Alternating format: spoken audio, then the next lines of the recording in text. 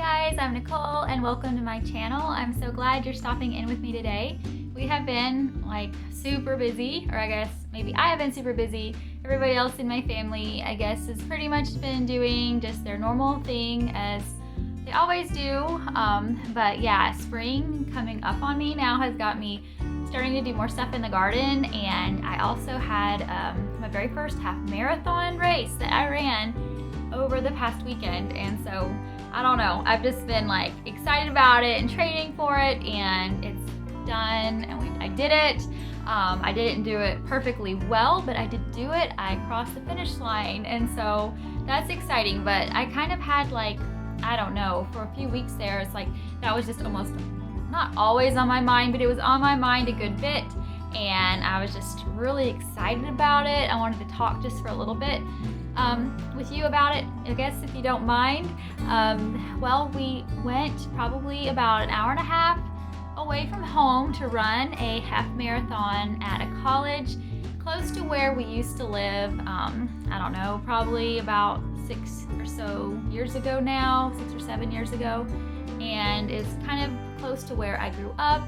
And it was a beautiful college. It's Berry College in Georgia, and it's a lovely campus, just so nice. And so I was really excited to run through the campus, and my daughter, who is 21, decided to run the 5K at the same time. And so my husband and I were going to do the half marathon, and then my daughter was going to do the 5K. And so it was kind of a fun thing. We were just talking to each other about it, and how we were working on our training and what we were doing and how that was going. So it was kind of like a fun family activity.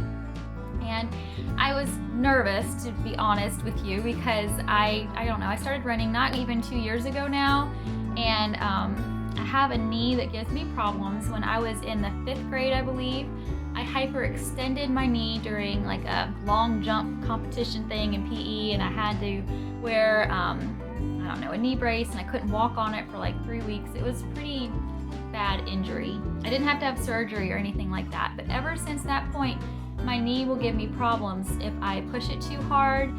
Even like when I was a cheerleader in high school, I had to really watch it. It would give me problems.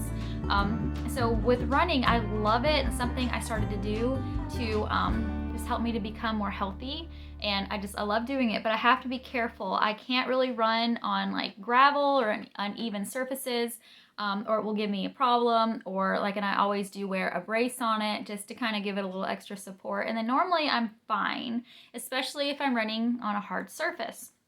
And I did know that this half marathon would have a little bit of time on gravel, but I was hoping, it should have been pretty minimal, and I thought, I can do this, it'll be okay.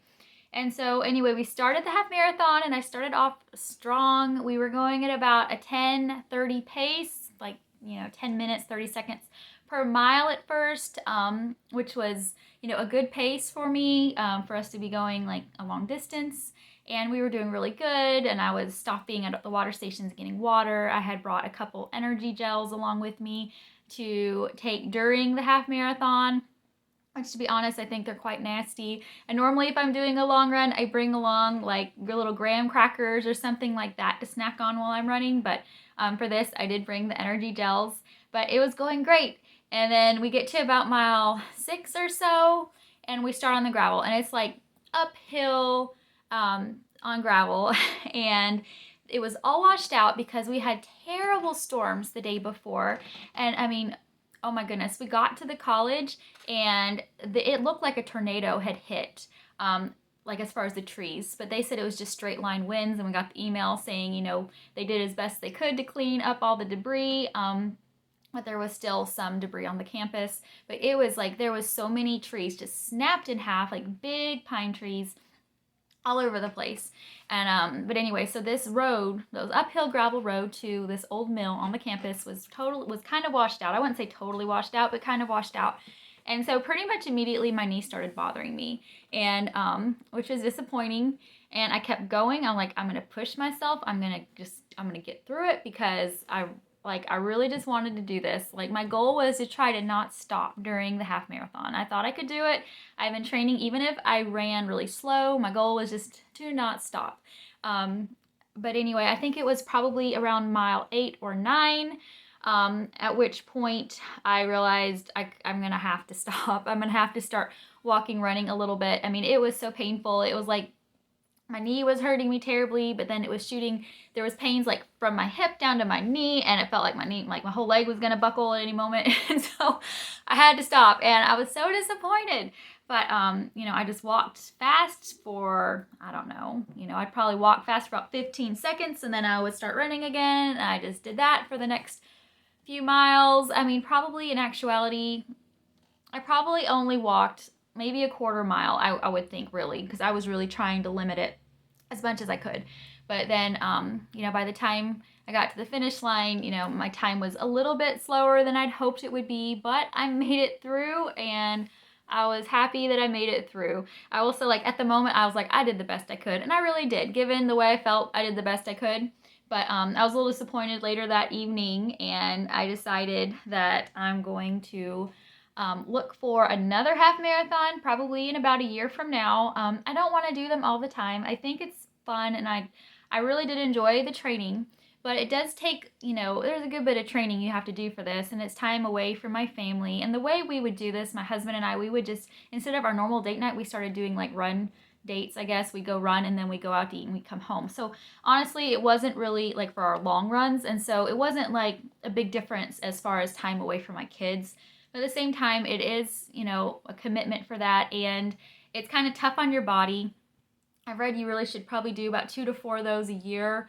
I'm 42 years old, and I'm kind of just, starting doing this, but I don't think I'm going to do another one this year. I mean, there's a slight possibility I might try to in the fall, but I think what I'm going to do is look for one about a year from now, like March or so. I mean, that's a really good time of the year to run because it's not too hot yet, but it's not like freezing cold, and I much rather run in the cold than in the heat. It's just the way my body works. I can run much better in the cold or in the cool weather. And I think I'm going to either look probably a little further south where the terrain is a little flatter. I don't know. I don't want to necessarily have to drive a few hours away to like go to a race, but I'm going to at least make sure it's totally on cement or concrete. And just, I think if it's like that, hopefully, Lord willing, my knee will not give me problems. But you never know what's going to happen. I mean, you have no idea what's going to happen. But I think I'm going to try that, and hopefully next year I will be able to like run it without stopping. And it was a really good experience. It was super fun. My 21-year-old came in second in her age group for her 5K, and she did so good, and she's so athletic, and she's so amazing and incredible.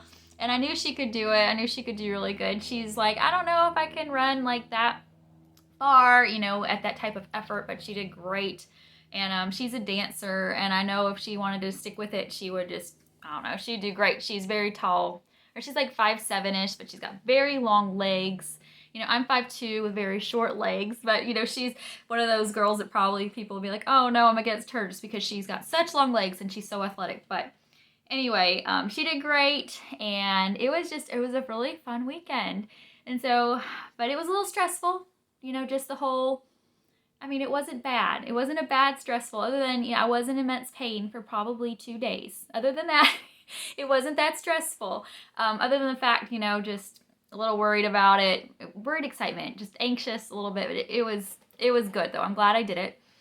Something else that just happened that's kind of been, I don't know, through a wrench and everything around here. It's really not that big of a deal again, but it's something I've never experienced. Didn't really know what to do. Our goat Sadie had her first baby last week.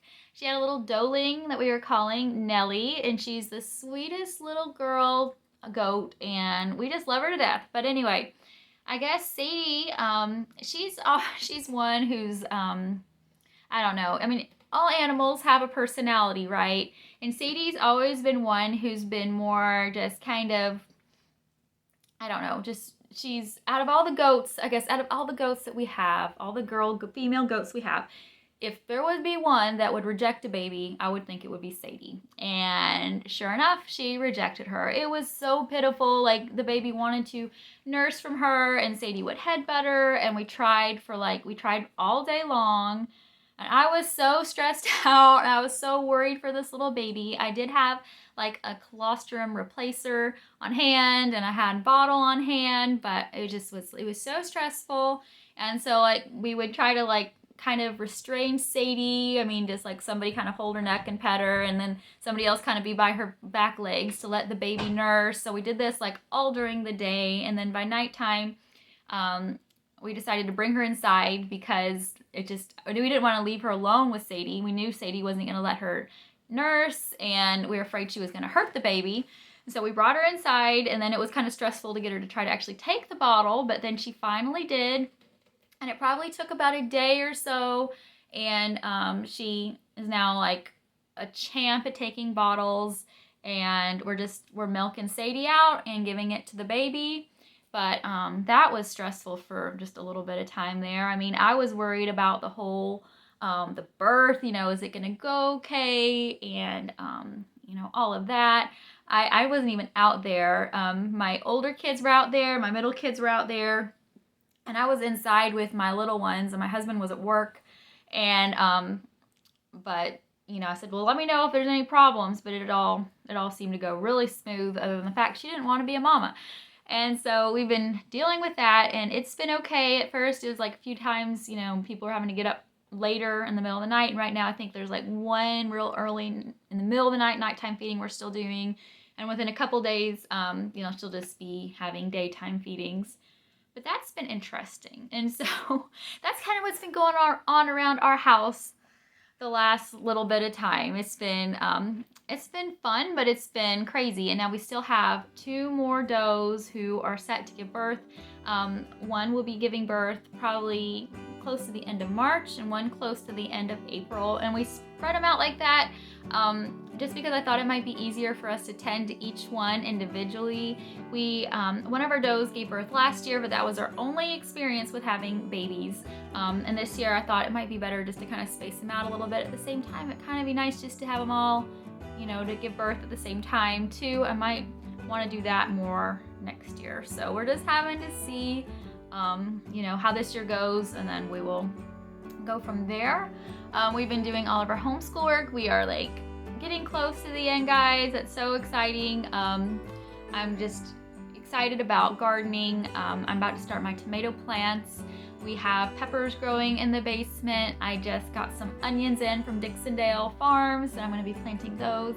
And I will say, I went to Ace Hardware the other day, and Ace Hardware had like the same exact onion starts for $5 for a bundle, and I ended up paying $30 for 3 bundles from Dixondale, including shipping. And so next year I'm probably going to just go to my local Ace Hardware to get the onion starts. And yeah, so we've got some exciting stuff going on. My husband and I, our 18th anniversary is coming up very soon, and I don't know what we're even gonna do for that, but he keeps asking me, and I just don't know, because I kind of want to go off for one evening or one night away, but we haven't done that in probably 4 years. And so, I mean, it would be kind of fun to do, but everything costs so much money. And I don't know, I kind of would rather just find a few things to do around here over the weekend, kind of like, like a staycation type thing. I think that's what I'm going to choose to do. But we'll see. We might take a night off to go and spend time together, but I don't know. I'll figure that out. I have to figure that out very soon. But anyhow, I just wanted to stop in and talk to you guys for a little bit. I honestly haven't been making too many videos lately. I was making a short almost every day, and I don't know, there's just been so much going on around here and just been so busy. I haven't been doing that lately. I'm gonna try to get back into making a few more before long, and I hope that you guys are doing really good. And I will be back with you hopefully next week. I'll talk to you soon.